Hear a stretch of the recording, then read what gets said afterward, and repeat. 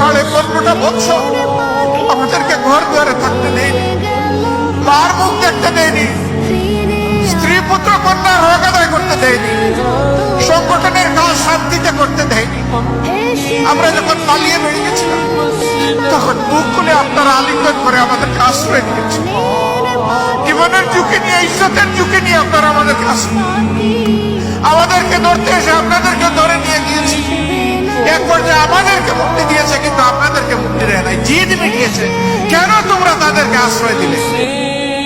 আপনাদের এই ঋণ কিভাবে আমরা পরিশোধ করব? এর কোন প্রতিদান আমাদের কাছে নাই।